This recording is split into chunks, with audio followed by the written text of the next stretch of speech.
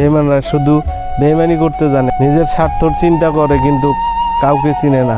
স্বার্থপর বেঈমান মানুষের কখনো দয়ামায়া হয় না। যদি দয়ামায়া হইতো তাহলে সে কোনোদিন বেঈমান হইতো না, স্বার্থপর হইতো না। বেঈমান হয়েছে এমন একটা মানুষ, কারো ভালো দেখতে পায় না, কারো ভালো চায় না, নিজের স্বার্থর জন্যে সে মন নিয়ে খেলা করে, কিছু মানুষের জীবন নিয়েও খেলা করে, হয়তো কেউ বিপদে পড়লে তাদেরকে নিয়েও খেলা করে। বেঈমানেরা চায় শুধু নিজে বাঁচতে, কিন্তু অন্যকে বাঁচতে দেয় না।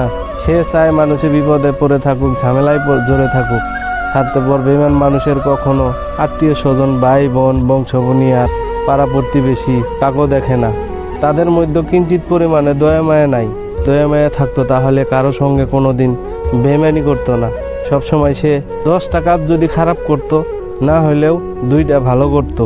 একটা কথা চিন্তা করে না তার লগে যে আমি বেঈমানিটা করতেছি, কিন্তু সে যদি সেই চিন্তাধারাটা করতো যে আমার নিজের মানুষের লগে আমি বেঈমানি করতেছি, এটা খারাপ হইতেছে বা এটা একদম অন্যায় হইতেছে, তাহলে সে কোনোদিনও বেঈমানি করতে পারতো না। সেই বেঈমান যে কারো ভালো দেখতে পায় না, ভালো চায় না।